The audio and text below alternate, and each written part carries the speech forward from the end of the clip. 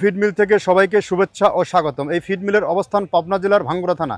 এখান থেকে মূলত 30টা দেশীয় দানাদার খাবার একত্র করে একটা রেডি মিক্সার ভুসি তৈরি করা হয়, যে মিক্সার ভুসি সকল প্রকার গবাদি পশুকে খাওয়ানো যায়। এই খাবার খাওয়ালে অন্য কোনো প্রকার দানাদার খাবারের প্রয়োজন হয় না। আপনি আপনার বাড়িতে বা খামারে 10টা 5টা প্রোডাক্ট একত্র করে যে খাবারটা তৈরি করতেছেন, আর আমরা এই খাবারটা একাধিক পণ্য দিয়ে খাবারটা রেডি করে আপনাদের হাতে তুলে দিচ্ছি।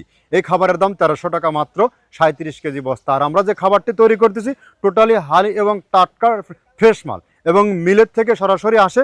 এখান থেকে মালগুলো রেডি হয়ে সারা বাংলাদেশে এই মালটি সরবরাহ করা হয়। আমরা দীর্ঘ 10টি বছর হলো এই খাবার বাজারজাত করে আসছি।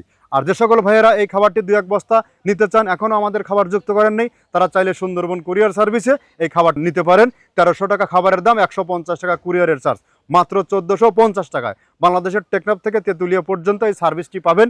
আর যে সকল ভাইয়েরা দীর্ঘদিন হলো আমাদের খাবারের কন্টেন্ট ভিডিওগুলো দেখছেন, আমাদের বারবার রিভিউ দিচ্ছেন, বাংলাদেশে কোথায় কোন প্রান্তে খাবারগুলো যাচ্ছেন অবশ্যই আমাদের দেখতেছেন। আমাদের মৃত্তিকা ডেইরি ফার্ম যে পেজ আছে, পেজটি ফলো দিয়ে রাখবেন। সেখান থেকে বাংলাদেশের কোথায় কোন প্রান্তে মাল যায় সব দেখতে পারবেন।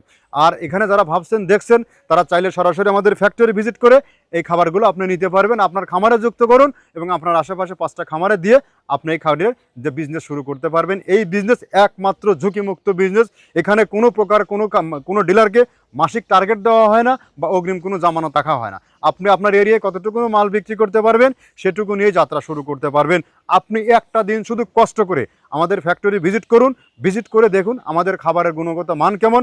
আপনার খামারে এই খাবার যুক্ত করুন, দেখবেন আপনার খামার থেকে একটি টাকা হলে লাভ হবে। আপনার যদি দানাদার খাবারের আপনার খামারে কস্টিং কমাতে না পারেন, তাহলে আপনি খামার ব্যবস্থাপনায় কখনো আগাতে পারবেন না। খামার দানাদার খাবারের কস্টিং এবং কাজের লোকের কস্টিং, এই দুটো আপনাকে অবশ্যই কন্ট্রোল করতে হবে। ধন্যবাদ, সবাই ভালো থাকবেন।